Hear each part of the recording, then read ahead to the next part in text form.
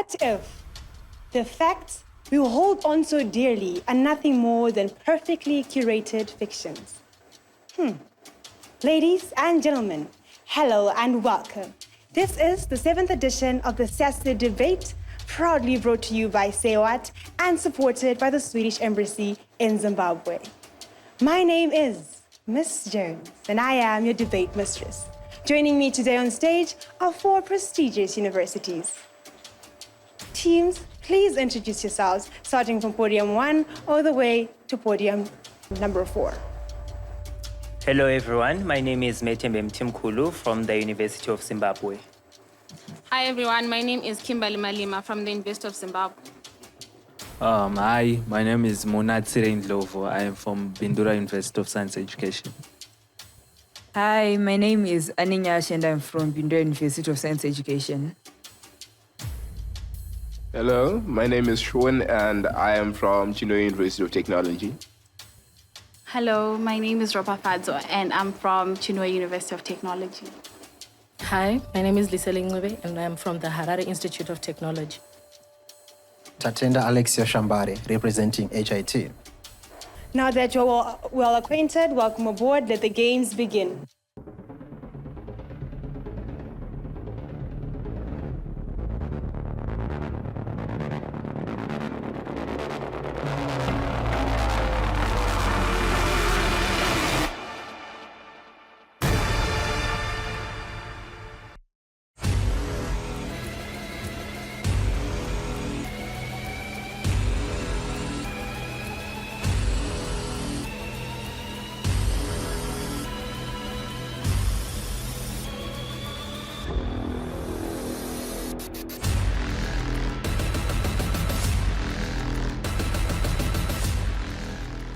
This debate will follow the British parliamentary style. The rules are, each participant to be given exactly 4 minutes to present their case.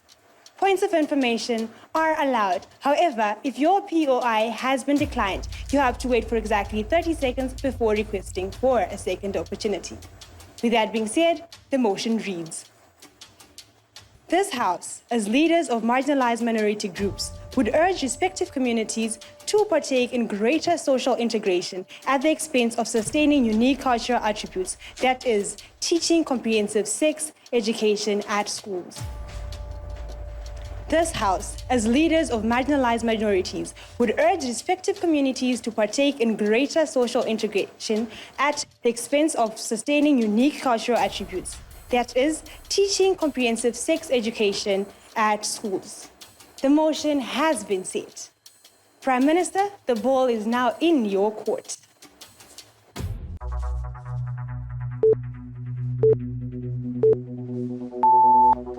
Chair, this debate is not just about any group in society. This debate is about people who feel the space is closing in because the tight clench of oppression is unforgiving. Enough is enough. Panel, pay attention to this setup because as a standalone is debate winning. Firstly, we love culture, but we think that we only value culture insofar as it's useful to those particular individuals. That is to say that we create unique cultures because they have a certain convenience to them. When it ceases to be useful to those individuals, we say to hell with those cultures and we'll actually pursue integration. The second thing also is to say you want to understand the fallibility and malleability of culture. It's not a rock panel, you can change it to actually suit the needs of that society. We have seen this in principle happening before. For example, the abandoning of the tradition to actually kill twins. We think that's something that is worth defending here. What is our stance here? That is, we trade off cultures to integrate with bigger society, and we are going to do this to the extent which is necessary. That is to say that we have no burden whatsoever to prove that we are going to erode all of the cultures that we have. We think that we have a burden to just trade off the kind of cultures that constrict the process of social integration. So for example, within Zimbabwe, the Xhosa people wouldn't be actually compelled to do away with their dressing because we don't think that affects social integration. Why do we value this? A number of things here in sophistication. Firstly, we value this kind of stance as a defense mechanism. I highlight particularly within my context that these marginalized groups are being affected because of their cultures. That is to say that they can be uniquely identified and targeted for these specific cultures. We say that then, for example, when the Muslims are viewed as evil because of the punishments, particularly in Hudud, so for example, in amputating people, or rather, stoning people under the Sharia law, we think that you then have to sort of trade off such kind of cultures that actually allow you to be identified and rather be ridiculed by the society. We say that this is an interest of these particular leaders because they have a moral obligation to actually protect their kind of society. The second argument we say here is that the pursuit of greater social integration allows individuals to go beyond their confines, which is something that we value in this particular instance. That is to say that you are able to explore other truths beyond your confines within that particular society. The problem with maintaining an echo chamber is that you are not able to check your own ideologies against other truths that exist within the society. So for example, you cannot check the truth in courts about genital mutilation as a way of contraception against other alternative truths within society about contraception. So for example, using condoms, etc., etc. We think that it's valuable on our side that you are able to question the beliefs that you have, and from that basis, you are actually able to make an informed choice. But why do we think that going beyond your confines is very important here? Because one, we think that an identity of these minority groups has been a facade, that is the way in which they formulated their cultures, the way in which they formulated their identity is based on a false indoctrination of these ideas, so an emphasis of these ideas. We say that when you're able to go beyond that that social group, you are able to sort of actually create a culture that best resonates with you. But second, you also have an access to community. That is to say that when you pursue social integration, you have an access to community. Kim is going to actually extend on that. The last thing that I want to say that is that the religious leaders have an obligation, the leaders particularly have an obligation to do this. That is, we have a special duty to contribute to the human cause and greater welfare of society. To conceptualize this is to say that we have an obligation to enhance life, and people who actually go against this are actually cut out of society, for example, criminals. We think that in pursuit actually of contributing to society, we have to take this particular policy we are proud to propose. And that was the Prime Minister stating his case. Leader of opposition, please take center stage.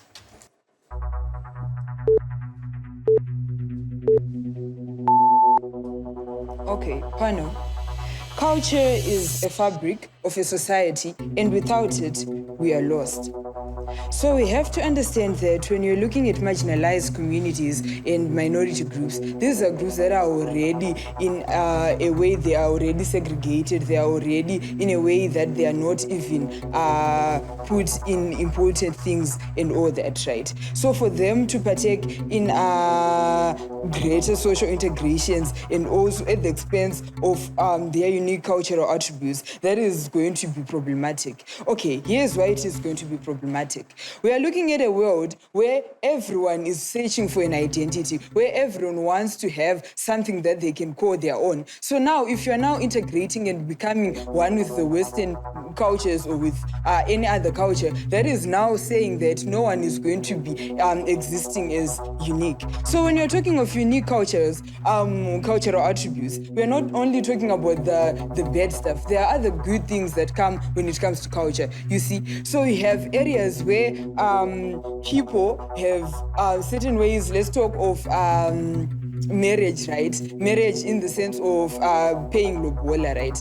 Under Western cultures, they'll be saying that she's selling your daughter or whoever you're saying. But we are looking at a world where we are saying this one is appreciating this one, or this one is happening to this one. So that way, those cultures cannot just be diluted just because then they have to integrate in this social area that is now here. So now we are looking at this. There are going to be problems that are going to exist in a world where minority groups are going to just decide on going to have to do this social integration. What is it? We're going to have cultural erosion, right? Where we are now going to be losing the culture that we already have, and we're already losing it with this cultural dilution that is going on. So why are we going to continue and forcibly make people do this? We have community resistance. Of course, when people are already having their certain way of living. You cannot just wake up and say, no, we are now doing this social integration, right? We have the religious objections, right? We already have things that we are already doing in our churches. You cannot just say now we have to integrate, and just because you're the leader, you can just come and say what you want to say. Now we have parental rights, right? We have cultural sensitivity. There's loss of cultural identity, right? Then there's the thing of imposing Western values. There's imposing of resistance from, there are also other community leaders that are going to resist this, of course. Then we have, I think it's better to bring it as alternative forms of education, not by saying that you are now supposed to go to it as the key education, right? So if you are going to do sex education at schools, if you're going to teach them, but then just know it's an alternative, it's not the main, right? You cannot make it the main. You cannot have a world where we are saying that we are going to neglect what we already have, that is what we are going on, so that we can make this other world. We are creating a world where we need our cultural relativism and also community consultation. So instead of them saying, no, we are going to be doing this, why not have the community decide on what they want, what values they want to be set on their children? That is also going back to the thing of rights. So we have human rights that we have to look at. So as I was saying, culture is the fabric of a society, and without it, we are lost. With this, I'm proud to propose. Culture is the fabric of a society. The leader of opposition has spoken. Let's now hear it from the Deputy Prime Minister.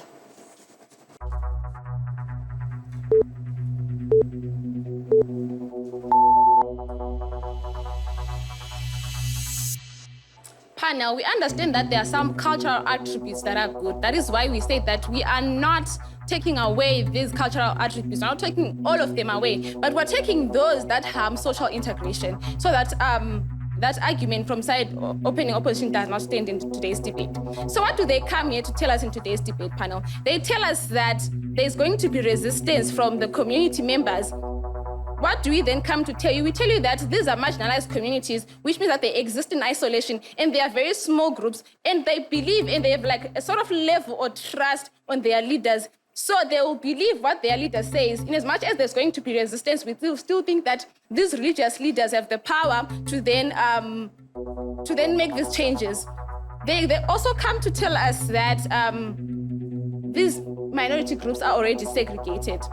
We tell you that maintaining these unique cultural attributes that then harm social integrations are the reason why, in the first place, these marginalized groups are segregated. So what does this then say? We tell you that if we're maintaining these cultures, we are harming this group. So what do we then come to tell you, panel, in today's debate? We tell you that they come here and give us an alternative policy, so as to say that we would rather have this as something that is, we would rather have this as an education policy. So what are they doing to our case? They are co-opting our stance, but also they are considering that there is a harm, that some of these unique cultural attributes have a harm. Therefore, people need to be educated on those cultural activities, which is why we think that we would rather have these religious leaders be the ones who are urging their respective communities to then partake in this, because we think that these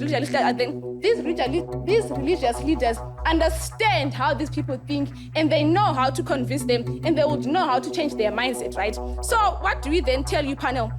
The first speaker has already told you that culture changes. Culture changes for convenience. So we think that for these marginalized communities to be part of this social integration, they therefore need to change some of their attributes so that they can be able to then assimilate and be part of the greater social society. So what do I then come to tell you, panel? I tell you that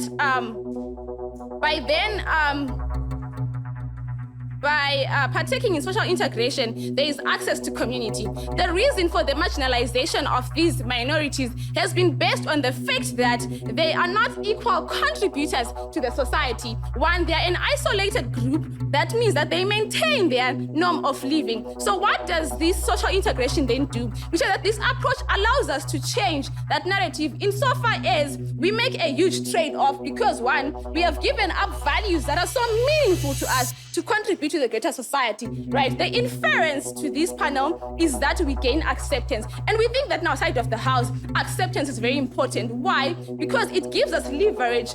It gives us the leverage on resources and opportunities within the greater community. So what have we shown you, panel outside of the house? We have shown you that even though opening opportunity will come in to talk about identity, we think that we can still change that because culture can change because in terms of convenience, right? We also told you that we would rather have these marginalized communities choosing to be protected, to be safe by trading off these unique cultural attributes. We have told you that we are going to be able to then check whether our ideologies are true or not, because we think that exposure then teaches these groups something new, and they can stop doing some of these oppressive cultural practices by seeing what is out there. So what have we told you, panel, in today's debate? We tell you that we would rather have these leaders tell their marginalized communities to then partake in these other...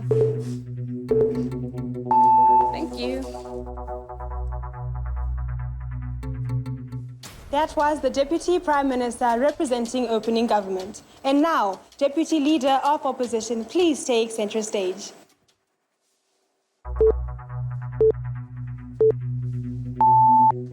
Ladies and gentlemen, our main opposition point is the point of human rights. Balancing individual rights, social integration and comprehensive sex education must balance human rights with community and cultural rights. Also, there is cultural erosion. Social integration and comprehensive sex education may lead to the erosion of unique cultural practices. Also, there are religious objectives. Some religions, groups may object to comprehensive sex education, citing moral and ethical concerns. The Prime Minister highlighted the Islamic Sharia law. He said that amputating one's arm is sort of a barbaric way, and hence that practice should be stopped. Rather, we should note that there are different perspectives. If you're not an Islamic religion, you have a different perspective on why the arm is being amputated. For example, we should note that the amputation of the arm, this is helping to, for example, one is amputated because they've committed theft. The main reason why they have amputated is to condone such behavior of theft. So what I'm trying to say is, the issue is perspective differs. So you cannot change, okay. So the other point is age appropriateness. Some may argue that comprehensive sex education is not age appropriate for young children. For example, the opening government is suggesting that sex education should be taught.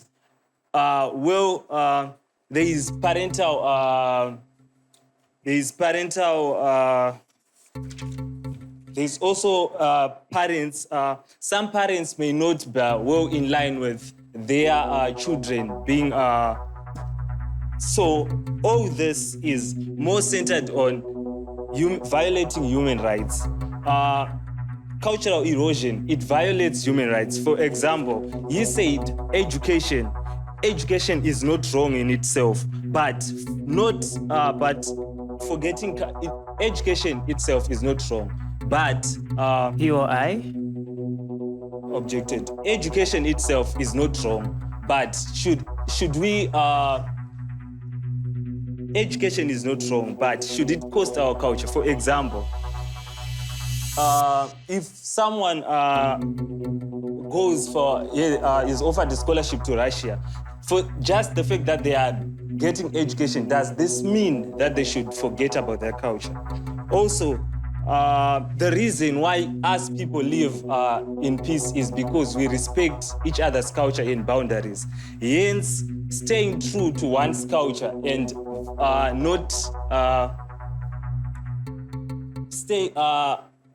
respecting one's culture, they also point to the fact of not changing the whole culture, but taking some parts of the culture. I'm trying to say that culture is everything. Culture is everything to other people. Certain people may not allow.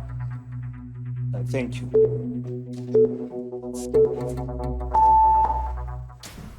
The Deputy Leader of Opposition has spoken, and now we leave the floor open to the Member of Government.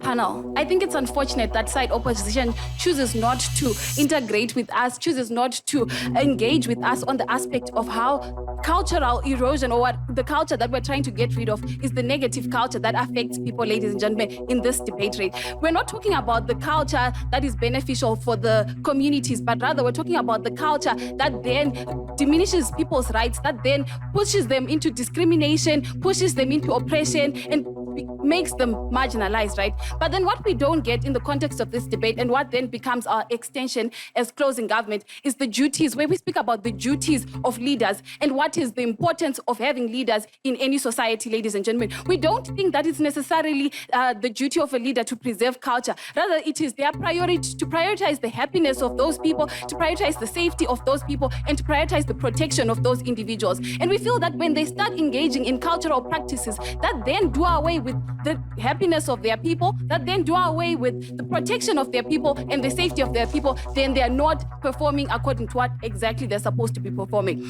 Let's look at what some of the duties of leaders then become. We believe that as leaders of these minority groups, it is of critical importance that they make sure that the systematic oppression that their people face is done away with. We see the Muslims, which is an example that keeps on being put in this. Muslims face so much oppression from the rest of the world because of all these practices that they engage in, because of the killings that they commit, and we don't think that we have to look at it from a different perspective from the way that opening opposition speaks about it. We don't necessarily think that the best way to reprimand people because of stealing is to remove their hands, right? And we also think that just because something is done or being practiced doesn't make it right. And we've seen this over the years. We've seen this over the years with the killing of the albinos. We've seen this over the years even with some religious groups, some churches now integrating with the LGBTQ society because they've realized that this is actually not a very bad practice, right?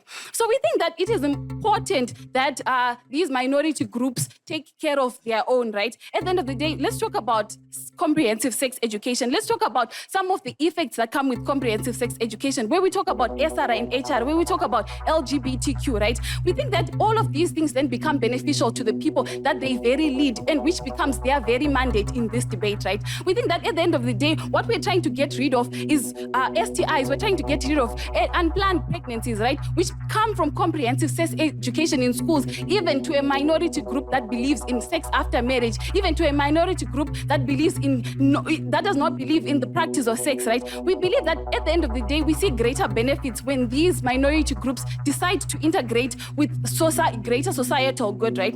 What else do we see in this? Let's talk about female genital mutilation, right? And how that has been against human rights, and how that has been constantly being practiced. So we think that something like culture, yes, we understand where we get opening opposition, talk about how it's difficult to come and tell people, you know what you've been doing is wrong, and start doing another thing. We understand that all of those things, they take time to understand. But if these leaders of these groups can then push their people, we see that we get the benefits of that. And what happens then if we don't tackle these issues, right? The loss of opportunities. If these people fail to integrate with society, like I said, they'll still face systematic oppression, they still get to be marginalized, and they won't have access to some of the things that other people in the world have access to, right? We still see an exacerbated in the inequalities that we're currently facing in the world, right? We still see discrimination, and we see the disadvantage of those people. So we believe that in this debate, we need to look at the duties and the roles that leaders play in society, and how it's important that they integrate rather than conform to their original cultures. Thank you. That was the Member of Government stating her case. And now let's hear what the Member of Opposition has to say.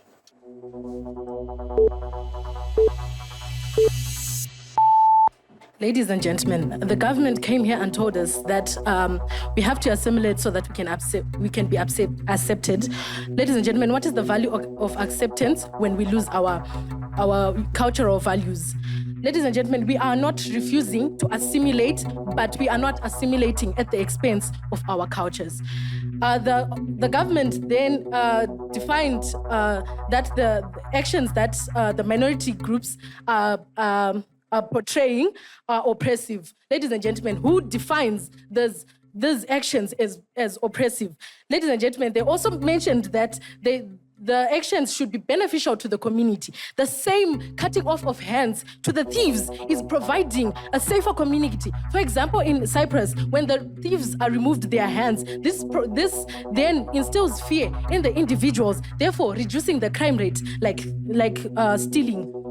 Ladies and gentlemen, they also talked about teaching sex education in schools. This is against certain cultures, for example, Muslims, and this they also talked that it can reduce STIs. Ladies and gentlemen, when we give information to certain individuals, this will then give them also the narrative that they can also use this information, and since we have organs, ladies and gentlemen, they will want to satisfy those organs, and thereby also increasing the STIs, and as we are also including the Muslims in performing sex before marriage. Next, we are saying that different cultures does not necessarily mean they are harmful. The motion is not acceptable as we look at who are the main people that are advocating for the assimilation tonight, that are advocating for the assimilation of these minority groups. The people who are advocating for this are the people who are economically and politically have power in the different countries. This will essentially bully these marginalized groups into silence about their cultures, and thereby diminishing the confidence of this tonight. Thereby diminishing the confidence of these different marginalized groups. Ladies and gentlemen, we also talk of the fact that different cultures lead to an increase in the economy of different communities. For example, in countries, ladies and gentlemen, we look at the marginalized groups in Zimbabwe, for example, the Tonga. They have a different way of living life, but this different way does not essentially mean it is wrong. So assimilating these groups at the expense of their culture would then lead to a homogeneous population, and then leading to erosion of diversity in different countries. Ladies and gentlemen, even if we try to assimilate these marginalized groups slowly and at what rate, it will also lead to resentment, because generally the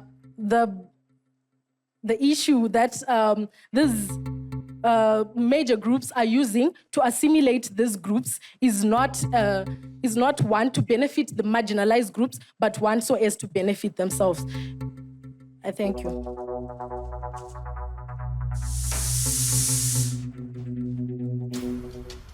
The member of opposition has spoken, and now we leave the stage open for the government whip.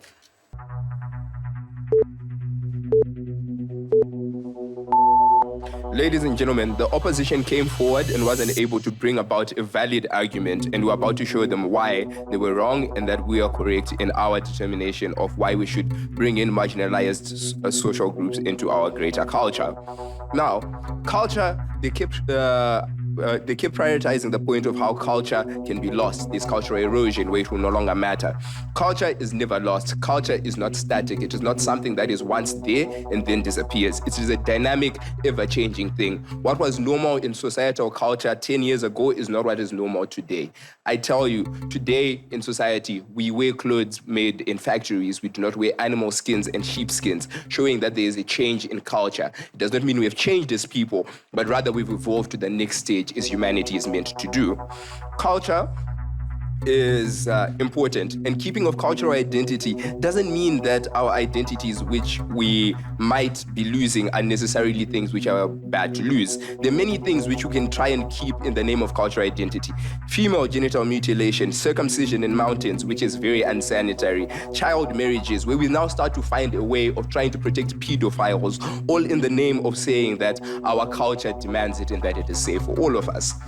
The opposition continued to speak about how we should not integrate the marginalized social groups in the world.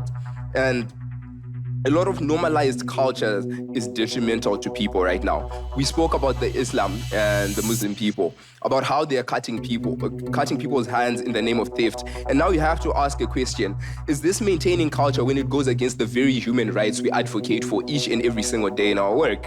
Perspective is great. As they say, that culture may be bad from one point's perspective. But here's the thing, as a society, we look together to work as a whole, to integrate and grow together as a people. If one person's perspective is considered to be good as opposed to the 20 people, then what are we saying? Are we saying that one person is more correct than the other people who have looked and observed and confirmed that it is wrong to marry children? It is wrong to cut off people's arms. It is wrong to ruin a young girl's sexual future by female genital mutilation. Marginalized groups are usually isolated, but that does not mean they do not have the ability and the capability to learn. It means that they have the ability to grow, come into society, and become new people. Integration of these groups does not mean we're killing their culture. It does not mean we're changing them. It means all we're doing is bringing them together to become part of a greater society. And in turn, they can bring in new practices which would have been lost rather than completely destroying them.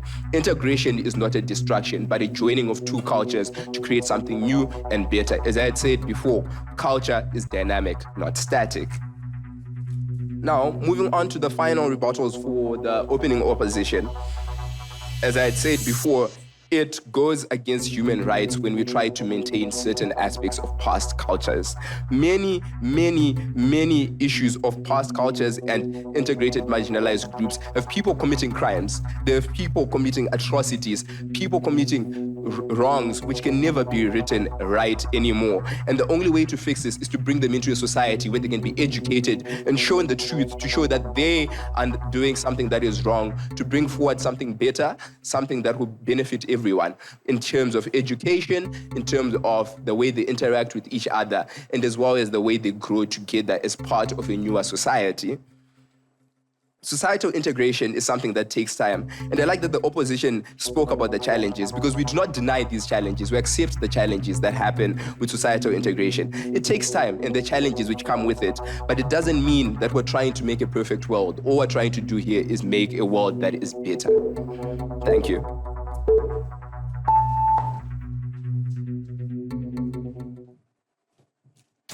And that was the government whip stating his case. To conclude this debate, we'll call upon the opposition whip. Please take center stage.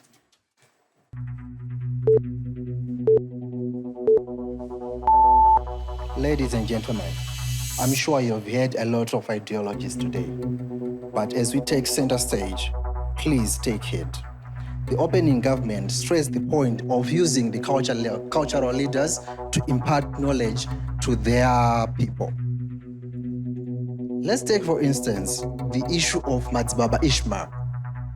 Do you think Matsbaba Ishmael is competent enough to impart knowledge to his community? That's food for thought. Let's go to the issue of cultural leaders as well. The story of Memory Machaya, a 14-year-old girl who died giving birth at a shrine. This is a shrine which is being managed by the same cultural leaders whom you're advocating to spread the information of sex. Will it work? POI? Declined. The Memory Machaya story is a stain on our nation's soul. Just imagine how cruel it was for a 14-year-old girl to die giving birth. These cultural leaders are thieves. They justify being thieves, blaming the minority. Right or wrong, no matter your religion, right or wrong, is something everybody knows. POI. Are these the signs of Armageddon? Mbuya Nehanda and Sekru Kagowi might be turning right now in their graves.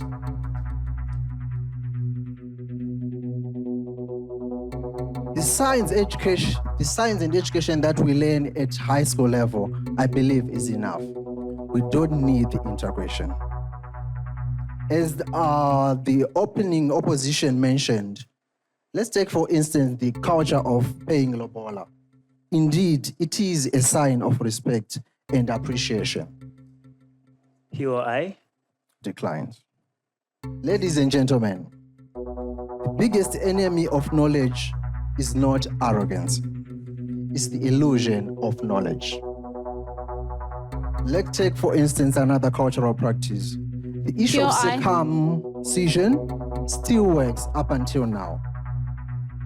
In as much as it still works, we do believe there is still a room for us to upgrade the hygiene of it.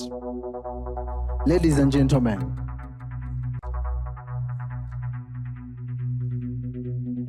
the government's proposal is a neo-colonial agenda in disguise.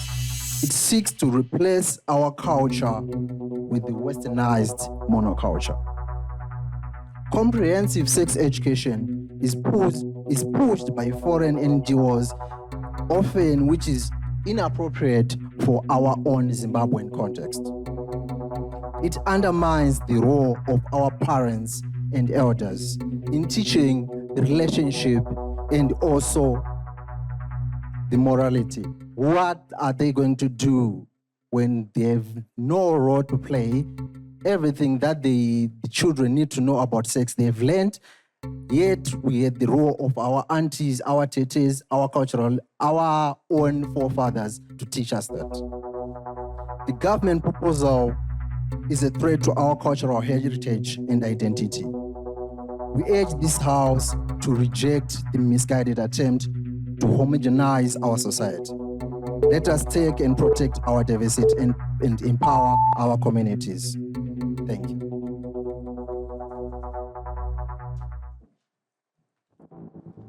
Right, now our judges are ready. We'll give them the floor so that they can give us their final verdict. Okay, thank you so much for the debate. So I'll start with the call. In fourth position in today's debate is HIT. In third position in today's debate is Buse. In second position is CAT. And in first position is the University of Zimbabwe. Right, so this is our justification for the call. Right, so why does closing opposition rank fourth and not third and not second and not first in today's debate? We think closing opposition gives us the least in terms of contribution to today's debate. They come in and say, well, different cultures doesn't actually mean that they are harmful. They give us this idea that they highlight the good practices that exist in culture, but it is already generally agreed as a matter of principle in the debate that the debate is not necessarily about which culture is good or what practices are good, but the erosion or the removal of systems that are harmful or harmful practices in culture, and then replacing those harmful practices with generally agreed principles as to this is what is good, this is what we should implement. We felt you lacked engagement with the rest of the debate with the question that is posed particularly by opening government in today's debate, which is to say culture in and of itself is something that should be kept up until its usefulness or to the extent of its usefulness. You don't engage with us and tell us exactly if we have reached the metric of usefulness of that particular culture and why we should also promote that culture even if it has those harmful elements that we want to remove. So the debate was not necessarily about highlighting the good elements of the debate, but the debate as set by opening government was to say why should the erosion or the removal of the harmful elements be something that is particularly beneficial to society or to the rest of society. So on that principle level, or not necessarily engaging with the rest of the debate, that is why you couldn't rank above your opening, right? So why is your opening third and not second and not first? So they give us this issue that culture is a fabric of society, that we need a better alternative such as education, and this issue of human rights and cultural erosion. Why does that not rank you? Why does that not rank you above them and them, right?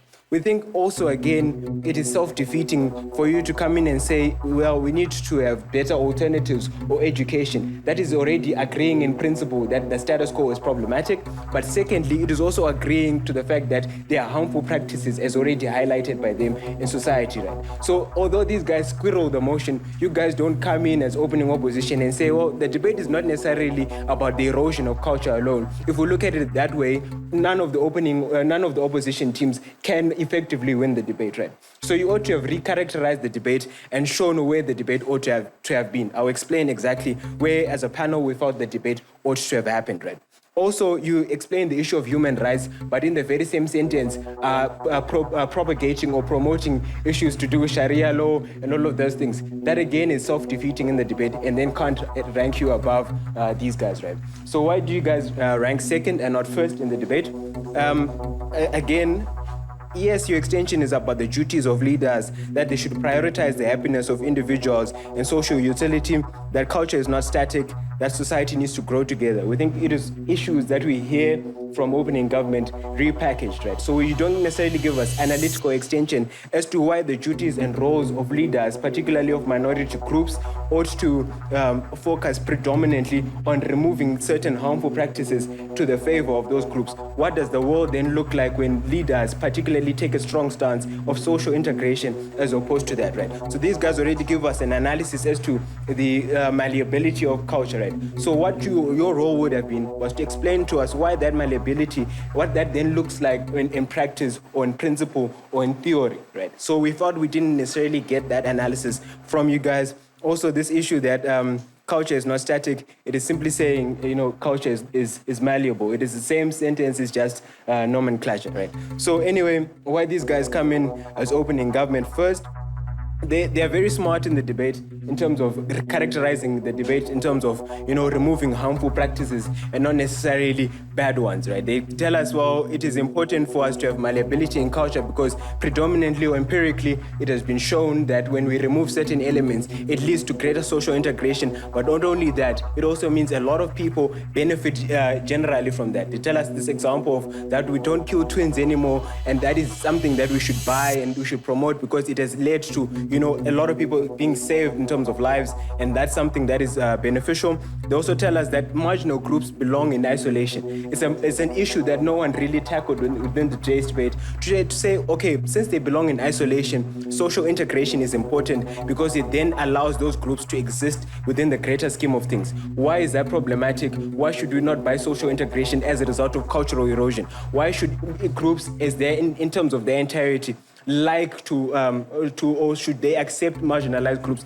even when they don't remove their harmful practices? Why are those harmful practices such as the Sharia law, such as genital mutilation, particularly as attributes of cultural phenomenon, important even if they are harmful to certain groups? Why should we maintain that culture and as a result, right? But anyway, what was really the debate about?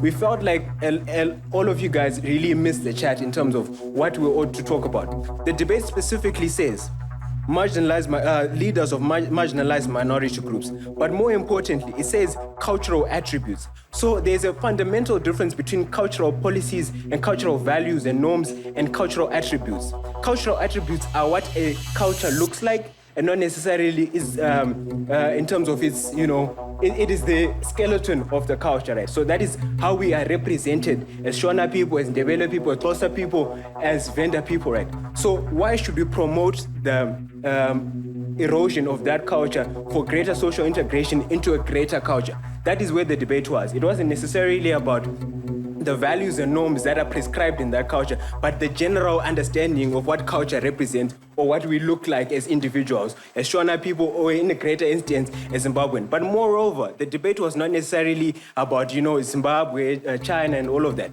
It was about migration.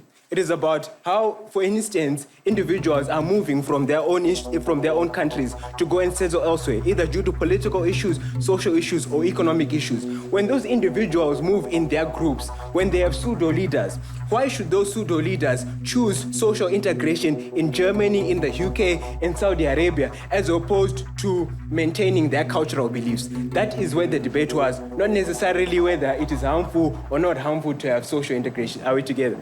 All right, cool. But anyway, thank you for the lovely debate and good luck in the next round. And that brings us to the end of our debate. Thank you to our judges and well done to the participants. This is the Speak and Solve initiative, and I am your debate mistress, Miss Jones. Thank you so much for joining us. Until next time, goodbye.